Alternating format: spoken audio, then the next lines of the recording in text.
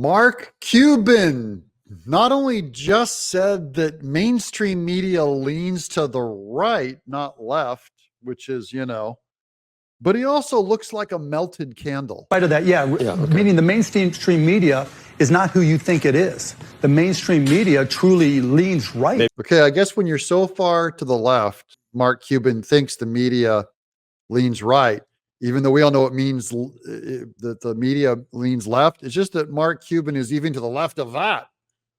So it seems right by comparison. And yes, he looks like a melted candle. Welcome to the Doug TenNapel channel. This is where we dig being in exile. We're on the outs with this administration, with this regime, but that's all going to change in November.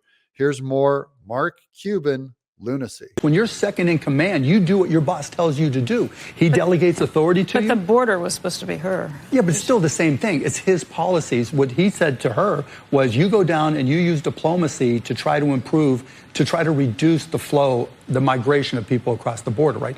And when they finally came around, and it took too long, I agree, but when they finally got there, now look at the results. It didn't take a wall, but yet the crossing numbers are where Trump's were when pre-pandemic. At the same number. So it worked. So what she did actually worked. What Kamala Harris did actually worked. He says, is he wearing mascara? This melted candle, Mark Cuban. What a buffoon. Man, Mr. Wonderful seems so much cooler than him by comparison, doesn't he? But he just now, that's right. He's making the case that Kamala Harris did great on the border. And right after he says she did great on the border, here he's going to say that her being vice president, she has nothing to do with any decision being made. We can look at exactly what happened. He's already been president. And we can look at what happened when she was vice president. And it's not good. The comparison. Being the president, Joe, as you know, is different than being vice president. It's not close, right? So she can take credit for the good things that happened with Biden, but she didn't have anything to do with the bad things. Trump. That's hard hitting. CNBC just really nails him on that one. I haven't seen them go after a Democrat like that, maybe because I'm used to only seeing Republicans come on this show. But man, he just hammered Mark Cuban. Finally, Mark Cuban claims it was the Republicans that tried to overturn an election. And CNBC, this host, just reminds him that every Democrat has done it in every election in the past. Also, we've shown you those videos too, but I'm glad that he's educating Mark Cuban, the human melted candle. In the past, there have been Democrats that have voted not to certify. Yeah, that's fine. Many right? times. That's fine. But previous elections, none of them called their vice president a pussy and said, don't certify the election. So now he's saying that's an impeachable offense, that you call your vice president a P.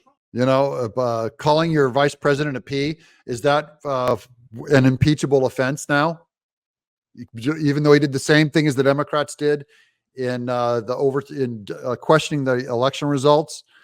And here's the last one that shows you how blind, I'll say it nicely, Mark Cuban is. Look what he calls Trump here. Donald Trump, being the socialist that he is, had to beat Bernie. So Donald Trump went out and recommended that interest rate caps be set to 10%.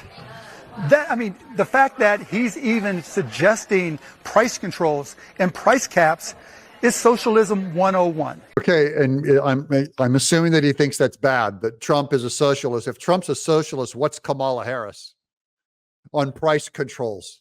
She's an outright communist by comparison, because it almost sounds like he's just trying to make anything stick on Trump he possibly can, because he has the worst case of Trump derangement syndrome. Mark Cuban has lost his mind, needs therapy very, very bad, and is going to need to be on some kind of a watch after Trump wins this election. I'm Doug in Exile.